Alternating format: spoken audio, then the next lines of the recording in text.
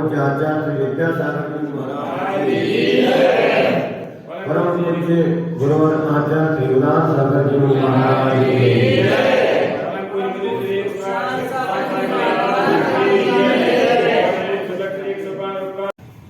जिन मंदिर में जाना है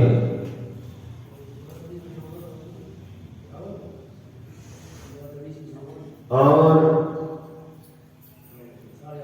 अरिहंत भगवान और सिद्ध भगवान के जिन बिंब के दर्शन करना है, मात्र इतना ही तो काम है कि अरिहंत भगवान और सिद्ध परमेष्ठी भगवान और नगर में साधु हो तो उनके दर्शन करना है। तो इसमें कौन सी बड़ी बात है, गए और दर्शन करे आए। लेकिन हमारे आचार्य भगवंतों ने इन पवित्र आत्मा परमात्मा के दर्शन के लिए जो विधि बताई है एकदम सटीक और उपयुक्त है और होना भी चाहिए, जिसका साक्षात उदाहरण आप में हमने सभी ने अभी कुछ ही समय पहले देखा, जिसका नाम था रोना रोना कोरोना। कितने लोग हमारे बीच से चले गए, साधु भी चले गए और गृहस्थ भी चले गए। तो कोरोना ने जो वर्षों वर्षों से हमारे तीर्थंकर भगवंतों ने जो सिद्धांत बताए थे उनको वे भूलते जा रहे थे। लेकिन वो कोरोना बीमारी ने इस मानव को मजबूर कर दिया था। लोग एक दूसरे को छूते नहीं थे, दूर से बात करो, मुंह पर कपड़ा लगाओ।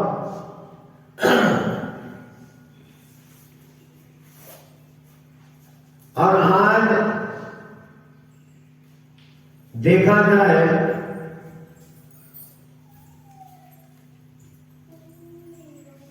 जैसे किसी को छींक आ रही है, खांसी आ रही है तो मुंह पे हाथ लगाता है। ये बहुत बढ़िया पद्धति है। बात करते हैं जैसे आदमी के तीर्थंकर संप्रदाय में गृहस्थ लोग की बात करते हैं, सब मुंह पर रुमाल लगाते हैं तो आपने को लगता है क्या कर रहे हैं, लेकिन नहीं। कुछ चीजें आवश्यक है, जैसे इस माइक से साधु बोले या कोई आप पंडित जी कोई भी बोले तो माइक हल्का हल्का नमी पकड़ लेता है। जब आप भोजन की थाली चौके में साधु को दिखाते हैं तो उस समय एक हाथ में थाली पकड़ लेते हैं, ये लौकी की सब्जी, ये गिलकी की सब्जी, ये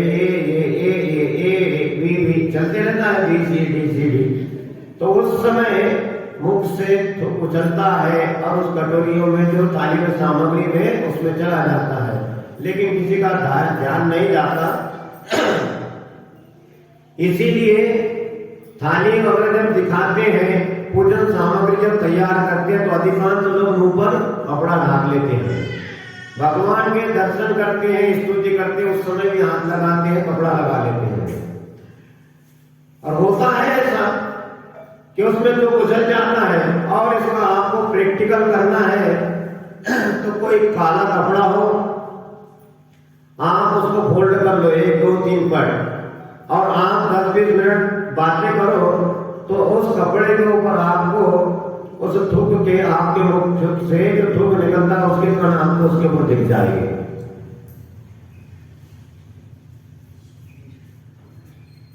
तो कपड़े की बात आती है,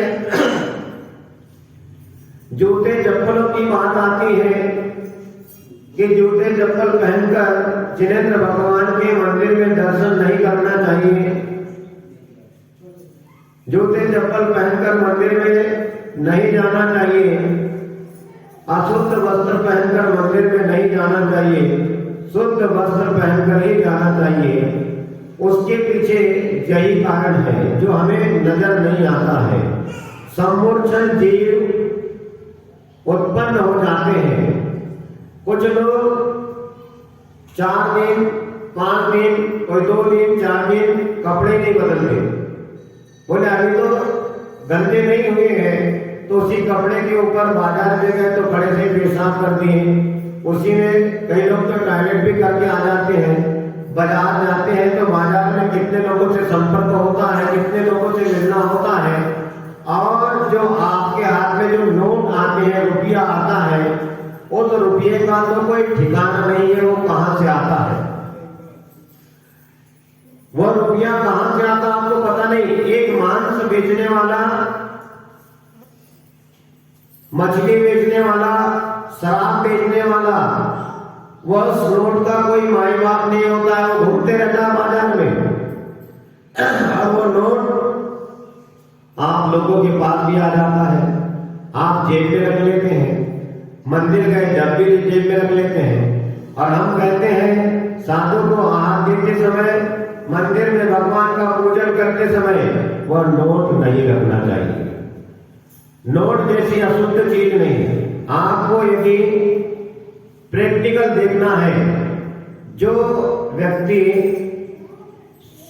तालाब में, नदियों में मछलियां पकड़ते हैं, मछुआरे लोग, तो वे लोग जब नोट बैंक में जमा करने जाते हैं या किसी दुकान में जहां उधारी होती है तो 6 महीने में इकट्ठा करने जाते हैं, तब उनके हाथ के नोटों को आप ऐसा झटक कर देखो, उसमें से बदबू आती है। क्योंकि हमने प्रैक्टिकल करके देखा है, जब दुकान में बैठते थे तो होता था ऐसा, तो आप प्रैक्टिकल करके देख सकते हैं, उसमें बदबू आएगी वही की। और आप देखना कभी कोई मछुआरे हैं, उनके बाजू से निकल जाओ, पास में खड़े हो जाओ तो कैसी बदबू आती है, क्यों आती है? उसी प्रकार जिस भी जानवर के चमड़े से बना हुआ जूता चप्पल आपने पहनकर जिन मंदिर में आ रहे हैं या जा रहे हैं, तो उसी जानवर के सम्मूर्छन जीव उत्पन्न हो जाते हैं और आपके शरीर के संपर्क में आकर, आपके शरीर का स्पर्श पाकर वे सम्मूर्छन जीव, जिसे आप बैक्टीरिया कहते हैं, नजर नहीं आते हैं, वे मर जाते हैं। अपना जैन सिद्धांत बहुत बारीकी से बताता है, ऊपरी नहीं है, नकली काम नहीं है। यहाँ पर पापों से बचाया जाता है। तो ऐसे सम्मूर्छन जीव मर जाते हैं।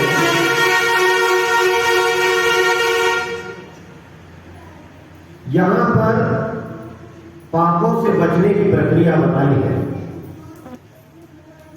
छोटी सी बात है कि चप्पल जूता पहनने से महाराज क्या होगा, लेकिन नहीं, वो जिस भी प्राणी के चमड़े से बना है उसी प्राणी के जीव उत्पन्न सम्मूर्छन जीव कहते हैं। किसी को वे ऐसे ही पैदा हो जाते हैं, जैसे बारिश में देखो मेंढक पंचेंद्री है लेकिन वो सम्मूर्छन जीव है, वैसे पैदा हो जाते हैं। तो ऐसे ही आपके शरीर के संपर्क में आकर वे बैक्टीरिया, वे सम्मूर्छन जीव मर जाते हैं। और हम अहिंसा परमो धर्म की जय कहते हैं, वीतरागी भगवान की जय कहते हैं, उनके दर्शन के लिए जा रहे हैं और जीवों की हिंसा करना है हमारा लक्ष्य उधर है नहीं। इसीलिए चप्पल जूते पहनकर मंदिर में जाने के लिए मना किया जाता है। आज तक जितने भी तीर्थंकर भगवान हुए, केवली भगवान हुए, पंच परमेष्ठी भगवान हुए, सभी ने एक ही बात कही है हिंसा से बचो, अहिंसा का पालन करो तो तुम्हारा कल्याण हो जाएगा। अब माताएं बहनें,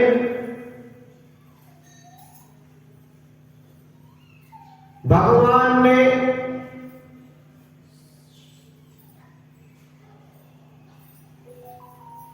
बड़े सुंदर सुंदर भोग दिए हैं, लेकिन फिर भी उसको काले पीले कर लेते हैं।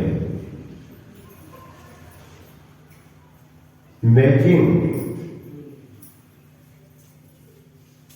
लाल साड़ी, लाल चप्पल, लाल होठ और बाल भी सुनहरे लाल कर लेते हैं, कान में कुंडल लाल, गले में चैन लाल, नेल पॉलिश, नाखून भी लाल। बोले अच्छी मैचिंग है। ये मैचिंग अच्छी बात नहीं है। ये नेल पॉलिश और लिपस्टिक, हाँ चिपका नहीं तो लिपस्टिक नहीं, लिपस्टिक, तो ये जो है जानवरों के खून से बनता है और किसी भी जानवर का खून, किसी भी प्राणी का खून इतने आसानी से नहीं मिलता है।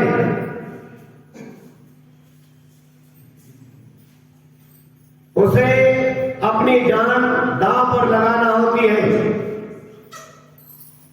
और जो क्रूर दुष्ट लोग जो होते हैं वे जीवों पर दया न करके उनकी हत्या कर देते हैं।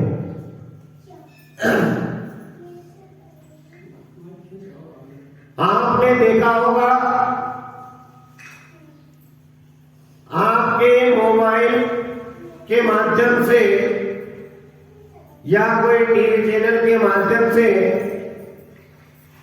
जैसे उदाहरण के लिए ऊंट कितना बड़ा होता है, ऊंट कितना बड़ा होता है, बहुत बड़ा होता है, जंगल में भीड़ बना के रहता है, जंगल में भीड़ बना के रहता है। भीड़ में कौन रहते हैं? सांप। और ऊंट कितना बड़ा होता है? 7-8 फीट होता, वो कैसे भीड़ बना के रहेगा? लेकिन बीच में एक बात याद आ गई, 9वीं क्लास में हम पढ़ते थे तो 8वीं क्लास की कॉपी एक कुल श्रेष्ठ सर्वे में जांच रहे थे और परीक्षा भी ले रहे थे। अब उन्होंने जब देखा घास के ऊपर 30 शब्दों में टिप्पणी लिखो, ऊंट के ऊपर 30 शब्दों में टिप्पणी लिखो, तो एक बच्चे ने ऐसी लिखा था तो मास्टर साहब ने सब बच्चों को सावधान किया, सुनो सुनो सुनो। जैसे अभी अपना विषय चल रहा है वैसे हम देखते हैं किसी को आलस प्रमाद ना घेर ले, इसलिए ऊंट की बात बीच में भेज के आ गई। तो बच्चे ने लिखा ऊंट के 4 पैर होते हैं, गर्दन ऊंची होती है, कुपड़ निकला होता है और बहुत ऊंचा होता है और ऊंट जंगल में भीड़ बना के रहता है। तो मास्टर साहब हंसे, जब बच्चों को सुनाए तो बच्चे भी हंसे।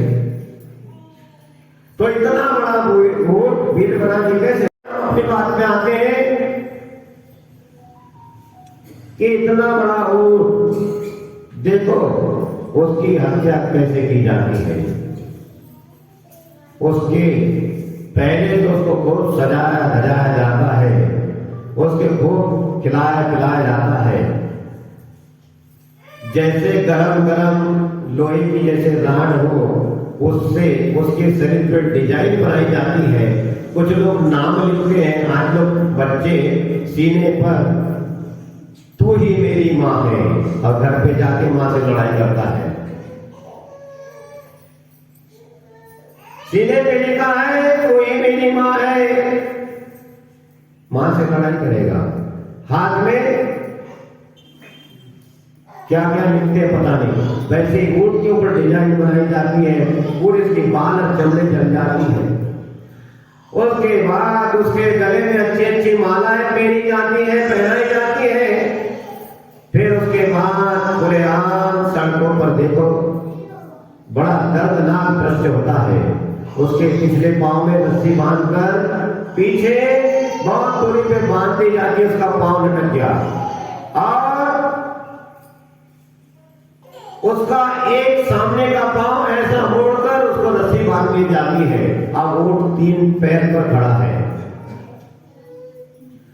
और सामने से 2-4 लोग मिलकर उसके मुंह को अच्छी रस्सी कर देते हैं, जबरदस्त कि वो आवाज न कर पाए, और वो रस्सी खींच के ऊपर एक छत पे आदमी खड़ा रहता है, ऐसी गर्दन हो जाती है उसकी। 3 पैर पर खड़ा है, उसका मुंह जोर से आगे रस्सी के द्वारा खींचा जा रहा है, पीछे का पांव खींचा जा रहा है। बताओ क्या होगा? कैसे 2 पांव पे खड़ा रहेगा, कैसे 3 पांव पर खड़ा रहेगा? वहीं पर एक क्रूर स्वभाव का आदमी, उसे आदमी को क्या कहना चाहिए, वह आदमी आता है, बहुत तेज तर्राट ऐसी छुरी इतनी बड़ी लाता है और उस ऊंट के पास ऐसा हाथ घुमाता है गर्दन पे, पता भी नहीं चलता है, और उस ऊंट के गर्दन में खटाक से चाकू मार देता है। खून की धारा बहने लग जाती है, धारा बहने लग जाती है। फिर 1-2 मिनट बाद फिर दूसरी जगह मारता है, फिर खून बहने लग जाता है। इतना खून बहता है, रोड पे देखो लाल ही लाल, लाल ही लाल खून बहते रहता है। अब ऊंट आवाज क्या करेगा? वो तो बेचारा खड़ा है, कब तक खड़ा रहेगा? खून बहते रहता है, बहते रहता है। जब उसकी शक्ति क्षीण हो जाती है तो जमीन पर वह गिर जाता है। उसके बाद वही क्रूर आदमी फिर उसकी गर्दन तिरछी खींची जाती है ऊपर, फिर वही छुरी से उसके फिर एक कट लगा देते हैं, फिर दूसरा कट लगाते हैं। फिर ऊंट की गर्दन तो लंबी होती है, फिर जहां से पांव जुड़े वहां पर फिर कट लगाता है।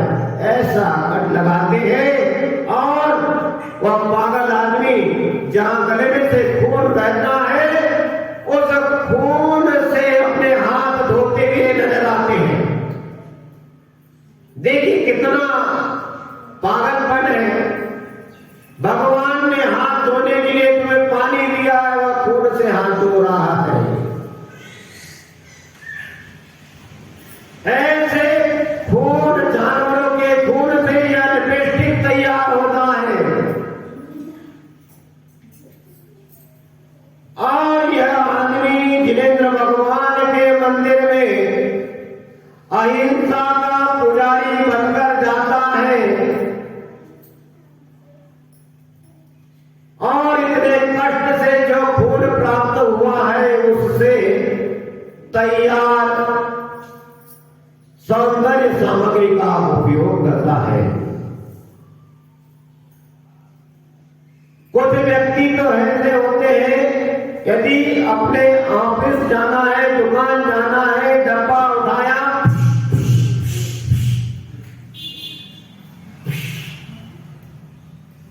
सफेद राख डालता है, सेंट लगाता है। ऐसे सौंदर्य जिसको कहते हैं, मैं तो कहता हूं कि काय की सुंदर सौंदर्य सामग्री सब बेकार है। ऐसे सामग्रियों की का उपयोग करता है और अपने आप को बड़ा ऊंचे क्वालिटी का ऑफिसर समझता है। और सेंट भी देखिए कैसे तैयार होती है, बहुत बड़ा सा पिंजरा होता है, उसके अंदर बिल्ली को डाला जाता है, बिल्ला को डाला जाता है और भी ऐसे जानवरों को छोटे मोटे डाले जाते हैं। अब उसको पिंजरे के अंदर चारों तरफ से बंद, अब उसके अंदर बिल्ली छोड़ दिए, 1-2 बिल्ली छोड़ दिए। अब उस पिंजरे के अंदर लोहे का पिंजरा, उसमें ऐसे नुकीले नुकीले कील होते हैं बड़े बड़े। अब उसमें 2 आदमी बड़े बड़े डंडे लेके उसमें उस बिल्ली को खोजते हैं। तो बिल्ली यहां से वहां भागती है, टकराती है, उसको वो चूकते हैं, उधर से वो इधर से ये, उसको घायल कर देते हैं, उसको पसीना आता है तो कहते हैं कि ऐसे पसीने से सेंट तैयार की जाती है। और भी बहुत से तरीके हैं सेंट तैयार करने के, जो फूलों से किए जाते हैं, लेकिन ऐसा भी कुछ उपयोग बताया है। तो ऐसे अशुद्ध वस्तुएं हम उपयोग करते हैं और भगवान महावीर स्वामी की जय बोलते हैं। और हमारे भगवान महावीर स्वामी अहिंसा परमो धर्म की जय बोलने का नारा बोलते हैं कि जियो और जीने दो। और हम क्या करते हैं इस बारे में हमें विचार जरूर करना चाहिए। इसीलिए भगवान के दर्शन करने की जो विधि बताई है उसका पालन हमें अवश्य करना चाहिए। ऐसे अशुद्धियों के माध्यम से, ऐसे अशुद्ध जो वस्तुएं उनका उपयोग करके हमें पता भी नहीं चलता है कि हमें पाप हो रहा है, पाप का अर्जन कर रहे हैं या पुण्य का। हम तो कह रहे हैं हम तो भगवान के मंदिर में जा रहे हैं, लेकिन भगवान के मंदिर में जा रहे हैं तो इन बातों का ध्यान अवश्य रखें। हर कदम कदम पर, हर क्षण, हर मिनट, हर सेकंड सावधान रहना चाहिए कि हमसे कहीं पाप तो नहीं हो रहा है। ये बातें हमें जरूर ध्यान रखना चाहिए। और मंदिर में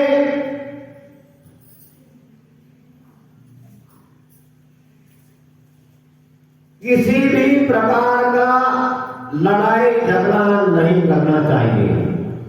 देखा, मेरे जैसी बादाम कोई चढ़ा सकता है?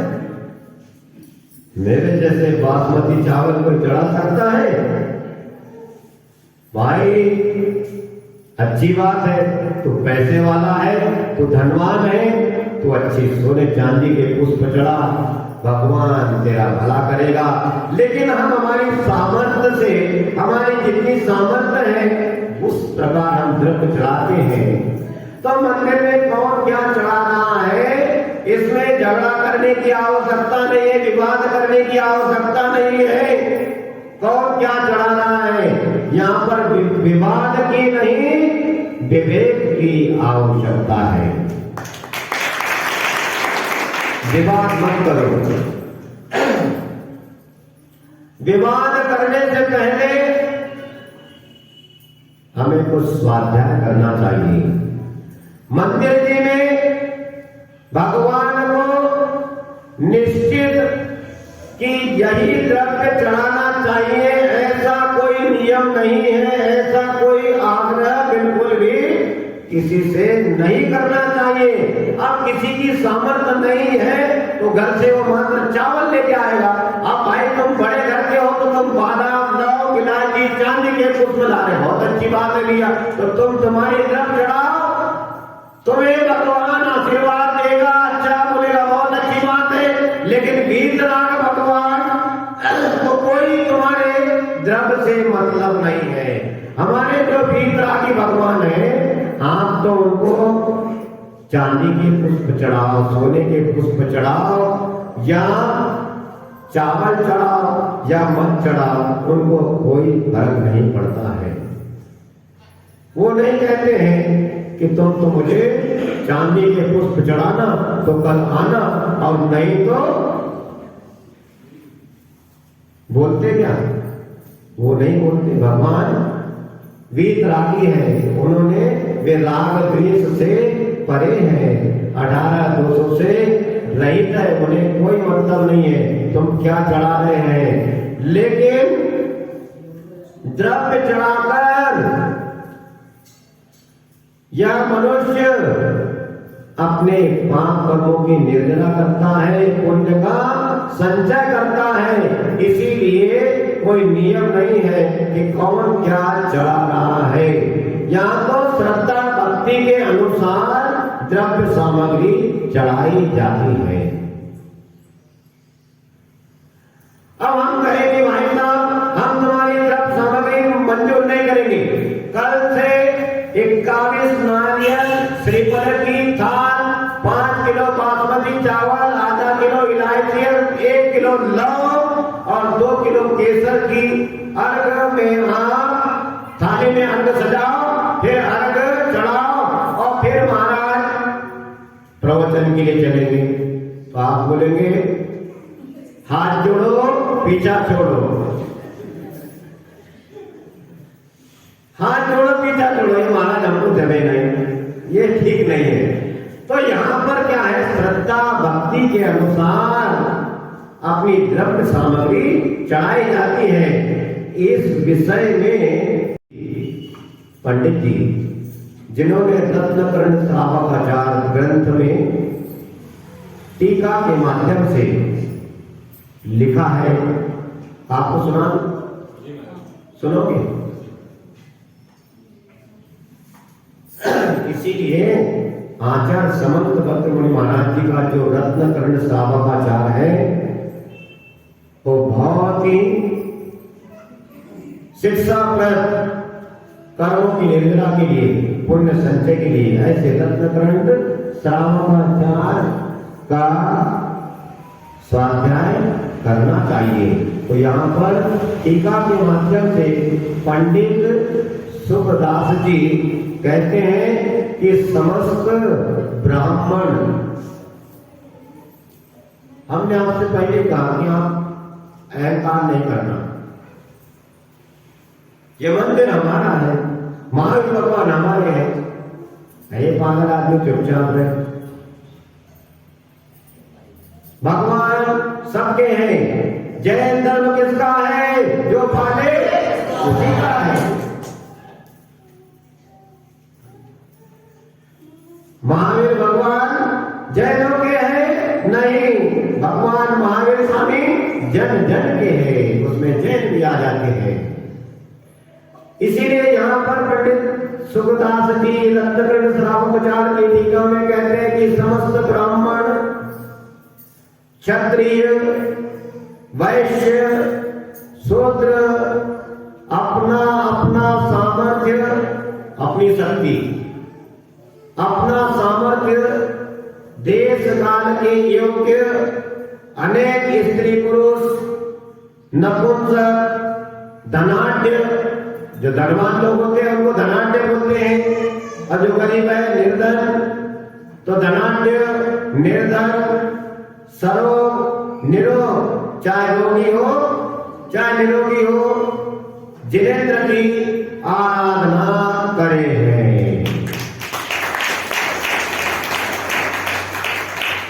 जिनेंद्र भगवान की आराधना कौन करता है?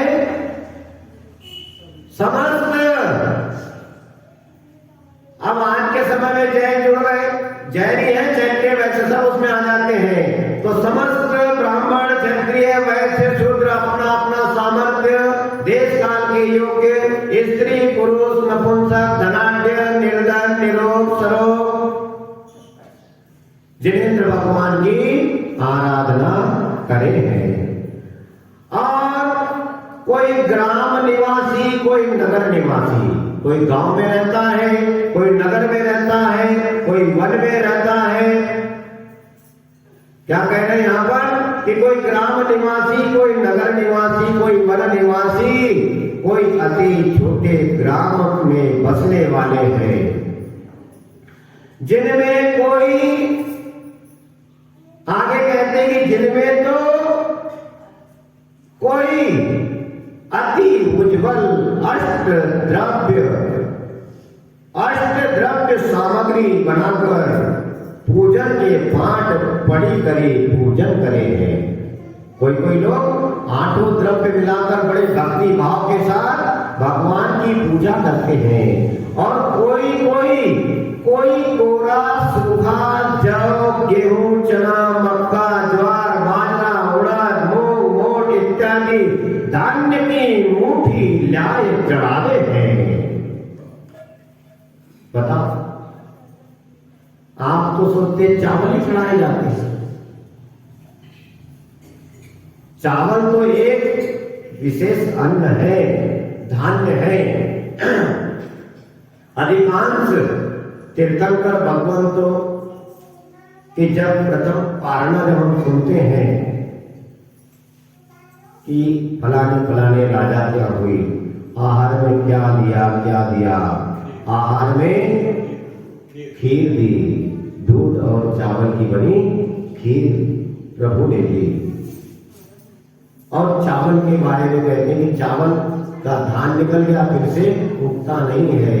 और चावल की विशेषता बताते हैं कि मुनिराज के 1 ग्रास का प्रमाण 1000 चावल होता है। आप 1000 कच्चे चावल लीजिए, उसको पकाइए तो मैं तो तांजलि में आएंगे ही नहीं। और 1 ग्रास की बात है तो आज जैसे 32 ग्रास प्रमाण मुनिराज का आहार तो कर नहीं पाते आज महाराज। 1000 चावल का 1 ग्रास, इसलिए चावल को विशेष रूप से लोग उसका उपयोग करते हैं, उसको महत्व देते हैं। लेकिन चावल के साथ साथ यहाँ लिखा है कि कोई कोरा सूखा जव होता है, देखा जवा, गेहूं, चना, मक्का, बाजरा, उड़द, मूंग, मोठ इत्यादि धान्य की मुट्ठी लाए और चढ़ावे हैं। घर से धान्य लाकर ये चढ़ाते हैं भगवान के चरणों में। और कोई रोटी चढ़ावे हैं। आप बोलो महाराज क्या कह रहे हैं आप, क्या हो गया सुबह सुबह आपको? कोई रोटी चढ़ाते हैं। हमने देखा है कर्नाटक प्रांत में, दक्षिण भारत में, उधर हम गए, बहुत बड़ा शहर, उस शहर में गए, वहां पर देखा रोटियां पूजा में। हम चक्कर में पड़ गए, हमने कहा कि अरे जमा हो रहा रोटी चढ़ रही। अरे जिन्हें भगवान का दरबार है, परंपराएं हुआ करती है। यहाँ बुंदेलखंड की अलग है, दक्षिण भारत की अलग है, सब जगह की अलग अलग है। आज भी चढ़ती है रोटियां, ये ना सोचे कि जो रोटी नहीं चढ़ती। तो कोई रोटी चढ़ावे हैं और कोई राबड़ी चढ़ावे हैं। दूध की बढ़िया रबड़ी बनाकर भगवान के चरणों में चढ़ाई जाती है। और कोई अपनी बाड़ी से, बाड़ी घर के पीछे बाड़ी होती है, उस बाड़ी से कोई अपनी बाड़ी से पुष्प लाए चढ़ावे हैं। अपनी बाड़ी में पुष्प लगे हैं, वो पुष्प लाकर भी चढ़ाता है। अब देखो जहां पुष्प चढ़ते हैं, चढ़ाते हैं। अब आप क्या नहीं चढ़ते तो आप ये ना सोचे कि महाराज पुष्प क्यों चढ़ाते हैं। तो भाई चढ़ते हैं, आप सभी जानते हैं चढ़ते कि नहीं चढ़ते। जहां चढ़ते हैं, जो नहीं चढ़ाता नहीं चढ़ाते हैं। अपनी अपनी इच्छा है। कोई दाल, कोई भात, अनेक व्यंजन चढ़ावे हैं। ये रत्नकरण श्रावकाचार्य की टीका में पंडित सुखदास जी बोल रहे हैं, दाल भात अनेक व्यंजन चढ़ावे हैं। कोई नाना प्रकार के घेवर, लाडू, पेड़ा, बर्फी, पूड़ी। क्यों भाई होठ के ऊपर जीभ घुमा रहे हो? हमारे पास कुछ नहीं है। आने बोला महाराज तुमने व्यवस्था बना कर रखी हो तो दे दो हमको। हमारे पास नहीं, सब तुम्हारे पास में है। आप लोग पूजा में भी पढ़ते हैं, कई जगह आती है घेवर, लाडू, बर्फी वगैरह पूजा में, तो पूजा में पढ़ते हैं। तो पूजा में करते भी ऐसा विश्वास करना। तो पूरी पुआ इत्यादि चढ़ाते हैं। और कोई कोई मात्र वंदना करेंगे। आपने देखा कुछ लोग सुबह से धोती दुपट्टा पहन के, शुद्ध माता मैंने वस्त्र पहन के भगवान की पूजा करते हैं। आप लोग अभिषेक भी करते हैं, पूजन भी करते हैं। और कुछ लोग पेंट शर्ट वाले भाई लोग आते हैं तो वो वंदना करते हैं। यहाँ सब अच्छी अच्छी बातें लिखी है कि कोई मात्र वंदना ही करे हैं और कोई स्तवन करे हैं, कोई वंदना करता है, कोई स्तुति करता है और कोई गीत नृत्य वादित्र ही करे हैं, गीत नृत्य भी गाते हैं, नृत्य भी करते हैं।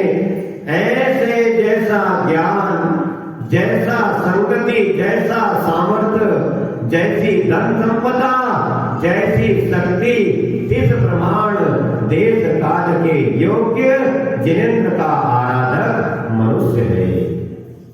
जिनेंद्र भगवान का आराधक मनुष्य है।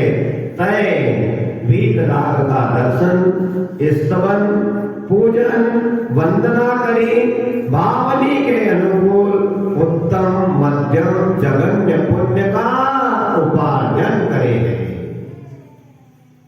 जो जिनेंद्र भगवान की जैसी पूजा करता है, इसीलिए कहा है उत्तम मध्यम और जगन्य तीन प्रकार का वह पुण्य का उपार्जन करता है जिनेंद्र भगवान के मंदिर में जाकर। इसीलिए प्रक्रिया बताई जाती है कि लिपस्टिक, चिपस्टिक, क्रीम, पाउडर, जूता, चप्पल छोड़ दो।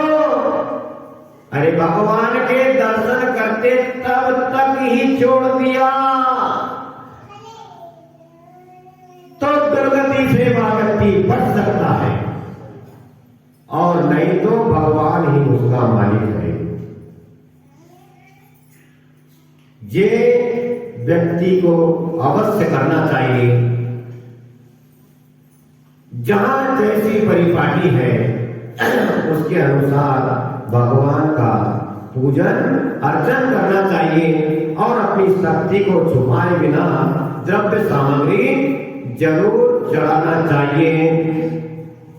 और आपसे मैंने कल कहा था कि जूते चप्पल की बात, तो आपको बता ही दिया कि जिस भी प्राणी से, जानवर से वह चमड़ा निकाला गया होगा, उससे जो जूता चप्पल बने हैं उसी क्वालिटी के समूर्चन जीव आपके शरीर के। और यहाँ पर बताया है कि जो चमड़े के जूते चप्पल पहनकर हमारा विचार होता है आदिगम का दम्पम जब सकई पर जम का दम्पम आदि पर जानो आदिगम टुटु का दम्पम। ये महाराज पागल है, पता नहीं बड़बड़ा के क्या क्या बोलते हैं। हमारा विचार रहता है कि हम अहिंसा धर्म का पालन करने में तत्पर रहते हैं, तो हमारे समाज के और अहिंसा धर्म का पालन करने वाले जन जन का कल्याण हो, ऐसी हमारी भावना हुआ करती है। इसीलिए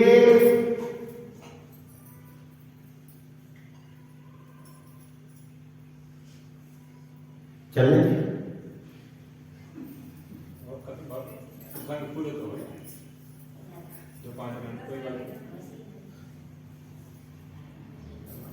अब समय देखा नहीं, 9:05 हो गए हैं। आपको इसके आगे की चीज कल बताएंगे।